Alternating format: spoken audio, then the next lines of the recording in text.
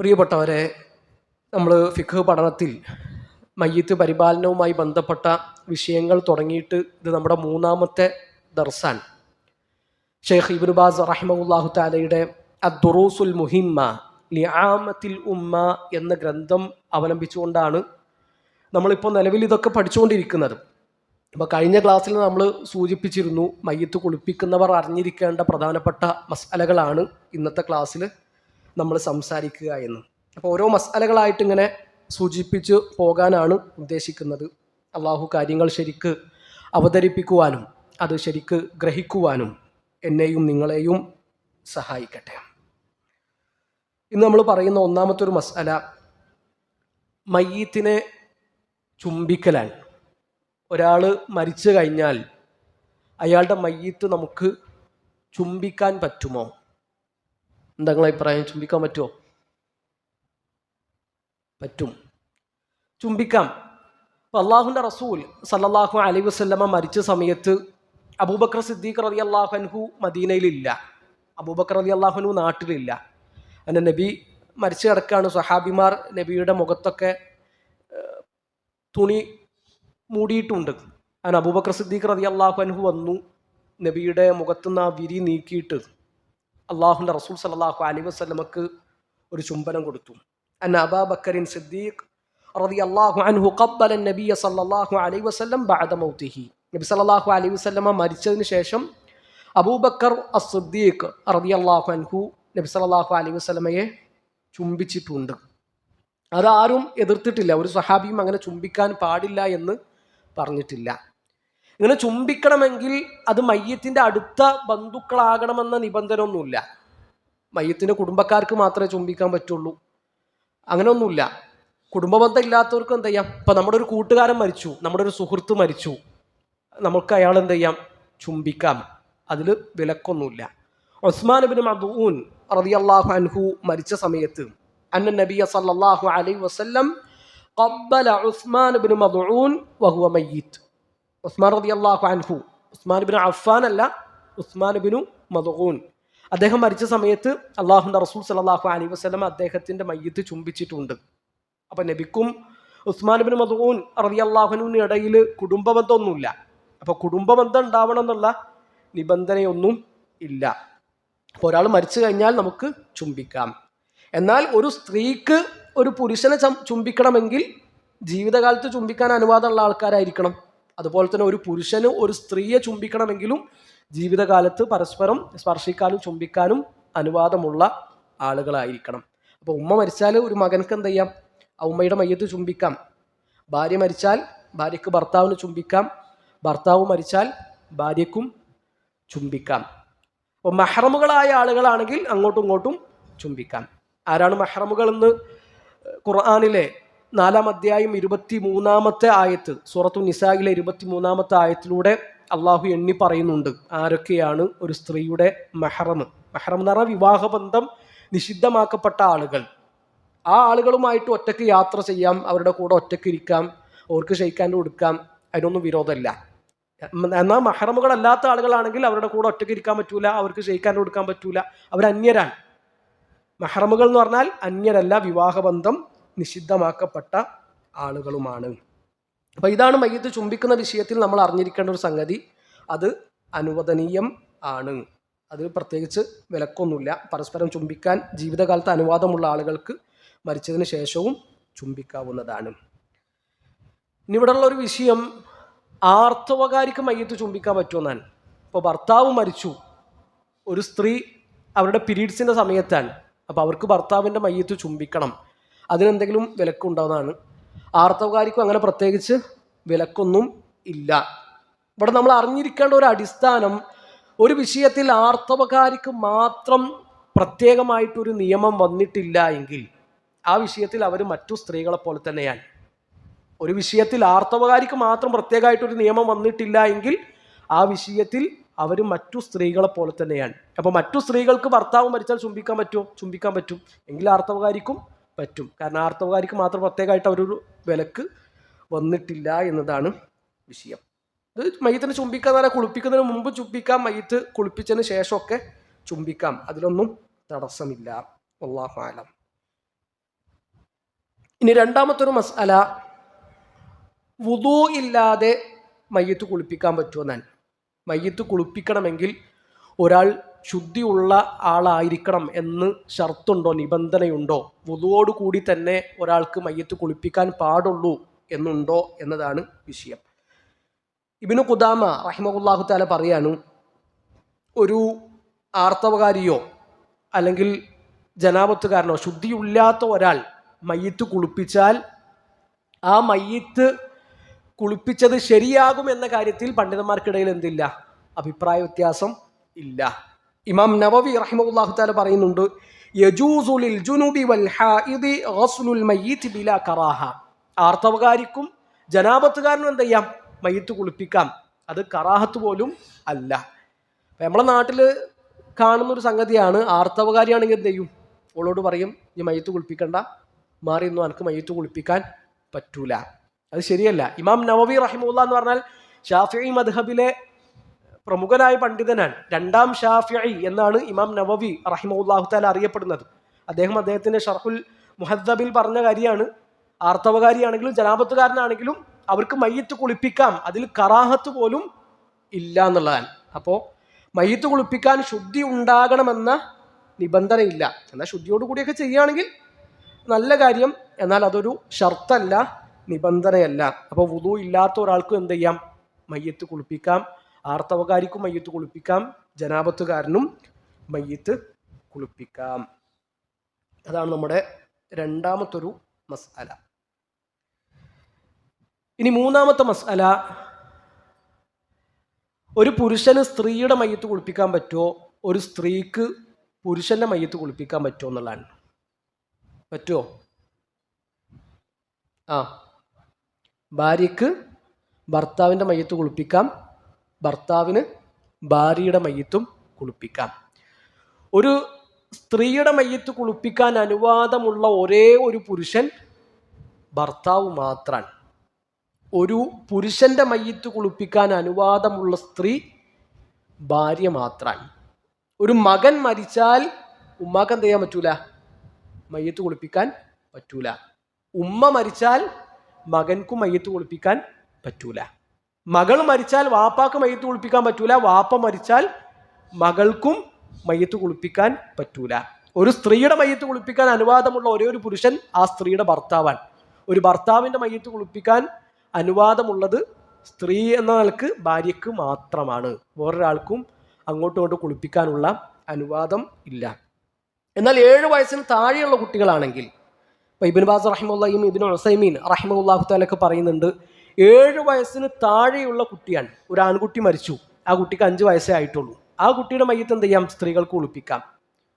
അല്ലെങ്കിൽ 7 വയസ്സിന് താഴെയുള്ള ഒരു പെൺകുട്ടി മരിച്ചു, 4 വയസ്സാണ്, ആ പെൺകുട്ടിയുടെ മയ്യിത്ത് എന്ത് ചെയ്യാം, പുരുഷന്മാർക്ക് കുളിപ്പിക്കാം. അതിനുള്ള തെളിവ് ഇതാണ്.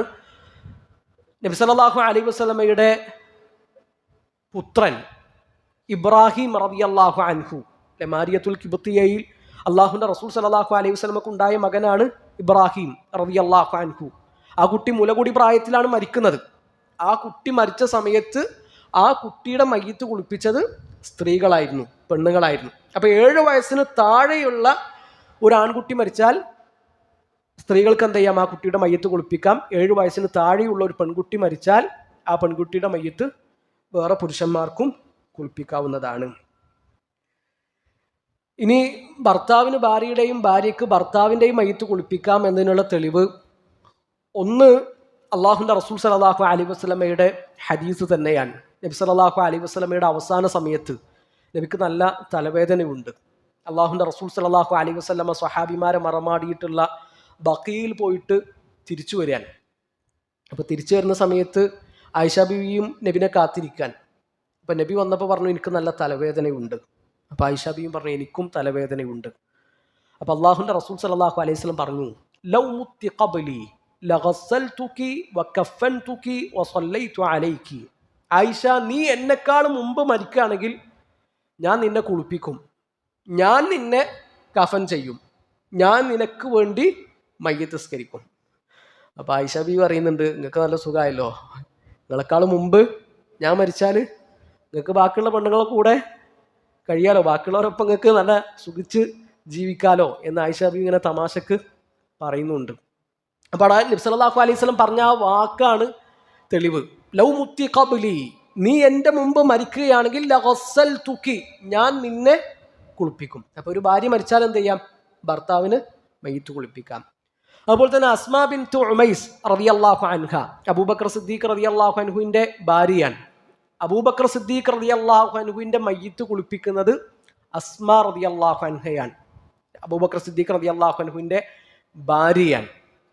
അതുപോലെ തന്നെ ഫാത്തിമ ബി വസിയത്ത് ചെയ്തിരുന്നു.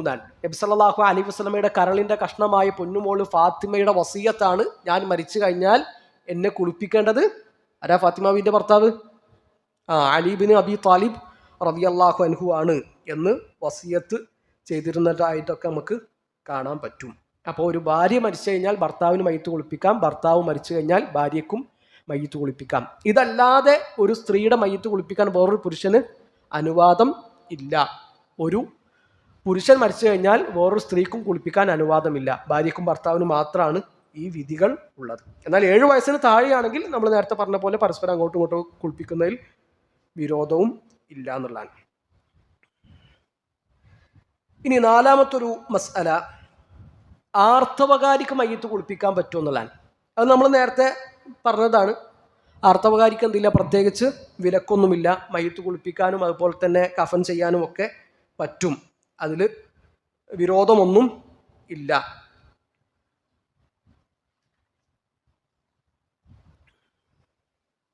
അഞ്ചാമത്തേത്, കുളിപ്പിക്കുന്നവരെയും കഫൻ പൊതിയുന്നവരെയും മയ്യിത്ത് തിരിച്ചറിയുമെന്ന് ചിലരൊക്കെ പറയലുണ്ട്.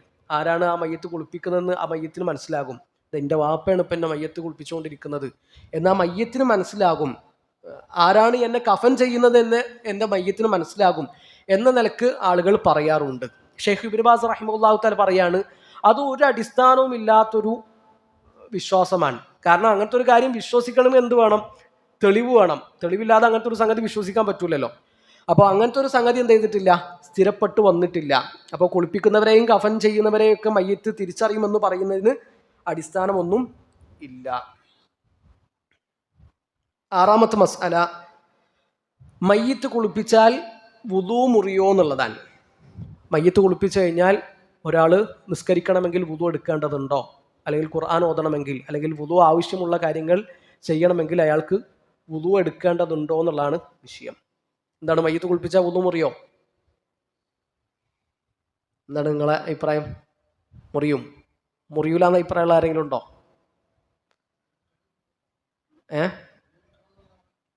അല്ല മയ്യിത്ത് ഓക്കെ.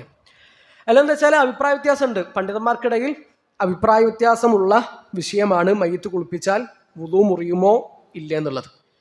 അതിൽ നമ്മൾ അറിയേണ്ട ഒരു മസാല, അറിയേണ്ട ഒരു അടിസ്ഥാനം ഇതാണ്. ഒരാൾ വുളു എടുത്തു കഴിഞ്ഞാൽ അയാളുടെ വുളു മുറിഞ്ഞു എന്ന് പറയാനാണ് എന്ത് വേണ്ടത്? തെളിവ് വേണ്ടത്. ഒരാൾ വുളു എടുത്തിട്ടുണ്ട്, പിന്നെ അയാളുടെ വുളു മുറിഞ്ഞു എന്ന് പറയാനാണ് എന്ത് വേണ്ടത്? തെളിവ് വേണ്ടത്. ഒരാൾ വുളു എടുത്തു, അയാൾ മൂത്രമൊഴിച്ചു, അയാളുടെ വുളു മുറിഞ്ഞു. എന്താണ്? മൂത്രമൊഴിച്ചാൽ വുളു മുറിയുന്നുള്ളതിന് എന്തുണ്ട്? തെളിവുണ്ട്. ഒരാൾ വുളു എടുത്തു, അയാൾ ശാരീരിക ബന്ധത്തിൽ ഏർപ്പെട്ടു, അയാളുടെ വുളു മുറിയും. കാരണം വുളു മുറിയുന്നുള്ളതിന് എന്തുണ്ട്? തെളിവുണ്ട്. ഒരാൾ വുളു എടുത്തു, അയാൾ ഒട്ടകത്തിന്റെ മാംസം കഴിച്ചു, അയാളുടെ വുളു മുറിയും. കാരണം വുളു മുറിയും എന്നതിന് തെളിവുണ്ട്. അത് ഒട്ടകത്തിന്റെ മാംസത്തിന്റെ കാര്യത്തിൽ മാത്രമാണ് വന്നിട്ടുള്ളത്. ആടിന്റെ മാംസം കഴിച്ചാൽ എന്ത് ചെയ്യൂല? വുളു മുറിയൂല. അല്ല ബീഫും പൊറാട്ടയും കഴിച്ചാൽ വുളു മുറിയില്ല, വായ കഴുകിയാൽ മതി. അപ്പോൾ ഇതൊക്കെ എന്താണ്? തെളിവുകൊണ്ട് സ്ഥിരപ്പെട്ടതാണ്. അപ്പോൾ വുളു മുറിഞ്ഞു എന്ന് പറയാനാണ് എന്ത് വേണ്ടത്? തെളിവ് വേണ്ടത്. മയ്യിത്ത് കുളിപ്പിച്ച് കഴിഞ്ഞാൽ വുളു മുറിയും എന്ന് പറയാൻ എന്തില്ല? തെളിവില്ല. ഇമാം നവവി റഹിമഹുല്ലാഹു തആല പറയുന്നുണ്ട്, മയ്യിത്ത് കുളിപ്പിച്ചാൽ വുളു മുറിയും എന്നറിയിക്കുന്ന തെളിവുകളൊന്നും വന്നിട്ടില്ല. അപ്പോൾ മയ്യിത്ത് കുളിപ്പിച്ചു കഴിഞ്ഞാൽ വുളു മുറിയില്ല എന്നതാണ് ശരിയായ അഭിപ്രായം. അല്ലാഹു അഅലം. ഇനി 7മത്തെ മസ്അല, മയ്യിത്ത് കുളിപ്പിച്ചാൽ കുളിപ്പിച്ചവർ കുളിക്കണമെന്നുള്ളതാണ്. മയ്യിത്ത് കുളിപ്പിച്ചു കഴിഞ്ഞാൽ കുളിപ്പിച്ചവർ കുളിക്കണോ? അപ്പോൾ അള്ളാഹുവിൻ്റെ റസൂൽ സല്ലല്ലാഹു അലൈഹി വസല്ലമയിൽ നിന്ന് ഒരു ഹദീസ് ആ വിഷയത്തിൽ വന്നിട്ടുണ്ട്. മൻ ഗസ്സല മയ്യിതൻ ഫൽയഗ്തസിൽ, ആര് മയ്യിത്ത് കുളിപ്പിച്ചുവോ അവനും കുളിക്കട്ടെ എന്നാണ്. മയ്യിത്ത് കുളിപ്പിച്ചവനും കുളിക്കട്ടെ എന്നാണ് അള്ളാഹുവിൻ്റെ റസൂൽ സല്ലല്ലാഹു അലൈഹി വസല്ലമ പറഞ്ഞിട്ടുള്ളത്. ഈ ഹദീസിന്റെ വിഷയത്തിൽ പണ്ഡിതന്മാർക്കിടയിൽ അഭിപ്രായ വ്യത്യാസമുണ്ട്. ഇബ്നു ബാസ് റഹിമഹുല്ലാഹു തആലക്ക് പറയുന്നത് ഈ ഹദീസ് ദഈഫാണ്, ദുർബലമാണ് എന്നാണ്. എന്നാൽ ഈ ഹദീസ് സ്വീകാര്യോഗ്യമാണ് എന്ന് പറഞ്ഞ പണ്ഡിതന്മാരുമുണ്ട്. ഇബ്നു ഉമർ റളിയല്ലാഹു അൻഹു പറയുന്നുണ്ട്, കുന്നാ നുഗസ്സിലുൽ മയ്യിത ഫമിന്നാ മൻ യഗ്തസിൽ വമിന്നാ മൻ ലം യഗ്തസിൽ.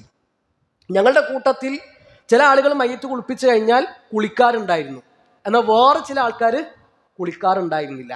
അപ്പോൾ സ്വഹാബിമാരുടെ കൂട്ടത്തിൽ തന്നെ മയ്യിത്ത് കുളിപ്പിച്ചു കഴിഞ്ഞാൽ കുളിച്ചിരുന്നവരുണ്ട്, കുളിക്കാത്തവരുണ്ട്.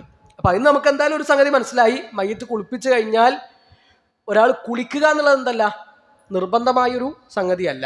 നിർബന്ധമായൊരു കാര്യമാണെങ്കിൽ സ്വഹാബിമാരെല്ലാവരും കുളിക്കുമായിരുന്നു. ഇനി ആരെങ്കിലും കുളിക്കാത്തുണ്ടെങ്കിൽ ബാക്കിയുള്ളവർ പറയും മയ്യിത്ത് കുളിപ്പിച്ചാൽ കുളിക്കൽ നിർബന്ധമാണെന്നുള്ളത്. അപ്പോൾ കുളിക്കൽ നിർബന്ധമല്ല.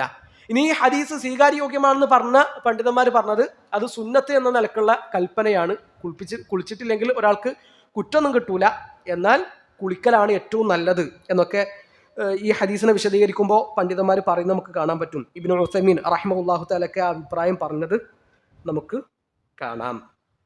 അപ്പം അതാണ്, മയ്യിത്ത് കുളിപ്പിച്ചു കഴിഞ്ഞാൽ കുളിക്കൽ നിർബന്ധമല്ല, എന്നാൽ കുളിക്കുകയാണെങ്കിൽ നല്ല കാര്യം, നിർബന്ധമായിട്ടും കുളിക്കേണ്ട ആവശ്യം ഇല്ല എന്നുള്ളതാണ്.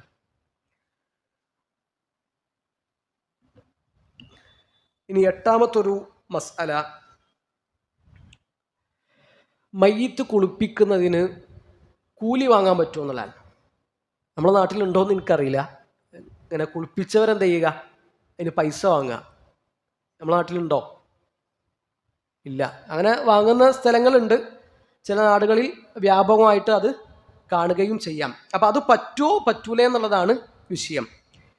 ഇബ്നു ഉസൈമീൻ റഹിമഹുല്ലാഹു തആല പറയാണ്, ഒരാൾ ഷർത്തൊന്നും വെച്ചിട്ടില്ല, കുളിപ്പിക്കാൻ വന്നപ്പോൾ നിബന്ധന ഒന്നും പറഞ്ഞിട്ടില്ല, എനിക്ക് ഇത്ര പൈസ കിട്ടണം, ഇത്ര പൈസ കിട്ടിയാൽ ഞാൻ കുളിപ്പിക്കാം, അങ്ങനെ നിബന്ധന ഒന്നും വെക്കാതെയാണ് ഒരാൾ എന്ത് ചെയ്യുന്നത്, വേറൊരാൾക്ക് പൈസ കൊടുക്കുന്നതെങ്കിൽ അതിലൊരു കുഴപ്പമില്ല. ഷർത്ത് വെക്കാതെ ഒരാൾക്ക് കുളിപ്പിച്ചു, അയാൾ കുളിപ്പിച്ചപ്പോൾ ഈ മയ്യത്തിൻ്റെ വീട്ടുകാരെന്ത് ചെയ്തു, സന്തോഷത്തിന് എൻ്റെ വാപ്പാൻ്റെ മയ്യത്ത് കുളിപ്പിച്ചല്ലേ നിൽക്ക്, മോൻ എന്ത് ചെയ്തു, കുറച്ച് ക്യാഷ് അയാളുടെ കയ്യിൽ കൊടുത്തു, അതിനെന്തില്ല, ഒരു വിരോധവും ഇല്ല. മാത്രമല്ല നബി സല്ലല്ലാഹു അലൈഹി വസല്ലം പറഞ്ഞിട്ടല്ലോ, മൻ സനഅ ഇലൈക്കും മഅറൂഫ ഫകാഫിഉ. ആരെങ്കിലും നിങ്ങൾക്കൊരു നന്മ ചെയ്താൽ നിങ്ങൾ എന്ത് ചെയ്യുക, അതിന് പാരിതോഷികമായിട്ട് എന്തെങ്കിലുമൊക്കെ കൊടുക്കുക. നമുക്കൊരാൾ ഇങ്ങോട്ടൊരു നന്മ ചെയ്താൽ അങ്ങോട്ട് എന്തെങ്കിലും എന്ത് ചെയ്യുക, ഒരു പാരിതോഷികം കൊടുക്കുക. അത് നബി സല്ലല്ലാഹു അലൈഹി വസല്ലം പഠിപ്പിച്ചെന്ന വലിയൊരു മര്യാദയാണ്. ഒന്ന്, അത് ആ നന്മ ചെയ്യുന്നവർക്കുള്ളൊരു പ്രോത്സാഹനമാണ്. അപ്പം അത് നല്ലൊരു കാര്യമാണ്. അപ്പം ആ നിലക്ക് എന്ത് ചെയ്യാം, മയ്യത്ത് കുളിപ്പിച്ചവർക്ക്, മയ്യത്ത് കഫൻ ചെയ്യുന്നവർക്ക്, അങ്ങനെ ഒരു ഡ്യൂട്ടി ആയിട്ട് ഏറ്റെടുത്ത ആൾക്കാരുണ്ടാകും, അവർക്കൊക്കെ അങ്ങനെ കൊടുക്കുന്നതിൽ എന്തില്ല, വിരോധമില്ല. ഷർത്തൊന്നും വെക്കാതെ, നിബന്ധന ഒന്നും വെക്കാതെ അങ്ങനെ കൊടുക്കുന്നത് ഒരു പ്രശ്നമില്ലാത്ത സംഗതിയാണ്. എന്നാൽ അങ്ങനെ ഷർത്ത് വെച്ചിട്ടാണെങ്കിലോ, ഞങ്ങൾക്ക് ഇത്ര പൈസ വേണം മയ്യത്ത് കുളിപ്പിക്കുന്നതിന്, അതൊരു ജോലിയായിട്ട് കൊണ്ടു നടക്കുന്ന ആൾക്കാരും ഉണ്ടാകാം. അതിനും എന്തില്ല, വിരോധമൊന്നുമില്ല. അങ്ങനെ ക്യാഷ് വാങ്ങിയിട്ട് മയ്യത്ത് കുളിപ്പിക്കുന്നതിലും മയ്യത്തിൻ്റെ കാര്യങ്ങൾ ചെയ്തു കൊടുക്കുന്നതിലും തെറ്റൊന്നും ഇല്ല. എന്നാൽ ഇബ്നു ഉസൈമീൻ റഹിമഹുല്ലാഹു തആല പറയാണ്, അവിടെ അവരുടെ കൂലി എന്ത് ചെയ്യും, കുറയും. കാരണം ആഖിറത്ത് മാത്രം പ്രതീക്ഷിച്ച് ചെയ്യുന്ന ഒരാളും അള്ളാഹുവിൻ്റെ അടുക്കൽ നിന്നുള്ള കൂലി മാത്രം കൊതിച്ചുകൊണ്ട് ചെയ്യുന്ന ഒരാളും അള്ളാഹുവിൻ്റെ അടുക്കലുള്ള കൂലിക്ക് പുറമെ ദുനിയാവിലുള്ള ഒരു മെച്ചം കൂടി ആഗ്രഹിക്കുന്ന ഒരാളും ഒരുപോലെ അല്ലല്ലോ. അപ്പം ആ കൂലിയിൽ എന്തുണ്ടാകും, മാറ്റം ഉണ്ടാകും. എന്നാൽ അത് വിലക്കപ്പെട്ട സംഗതിയോ പാടില്ലാത്തൊരു കാര്യമോ അല്ല എന്നതാണ് വിഷയം. ഈ മയ്യത്ത് കുളിപ്പിക്കുക എന്ന് പറഞ്ഞാൽ ഫർള് കിഫായയാണ്. ഒരാൾ ചെയ്തിട്ടില്ല എങ്കിൽ എല്ലാവരും കുറ്റക്കാരാകും. ഒരു നാട്ടിൽ ഒരാൾ മരിച്ചു, അയാളുടെ മയ്യത്ത് ആരും കുളിപ്പിച്ചില്ല എങ്കിൽ എല്ലാവരും എന്താണ്, കുറ്റക്കാരാണ്. അപ്പൊ ഫർള് കിഫായ ആയ ഒരു സംഗതിക്ക് കിട്ടുന്ന വലിയ കൂലിയുണ്ട്. ആ കൂലി എന്ത് ചെയ്യും, ഇങ്ങനെ പൈസയൊക്കെ പകരമാക്കി കുളിപ്പിക്കുമ്പോൾ കുറയും, അതിൽ മാറ്റമുണ്ട് എന്നൊക്കെ ഇബ്നു ഉസൈമീൻ റഹിമഹുല്ലാഹു തആല പറയുന്നത് നമുക്ക് കാണാൻ പറ്റും. എന്നാൽ അത് വിലക്ക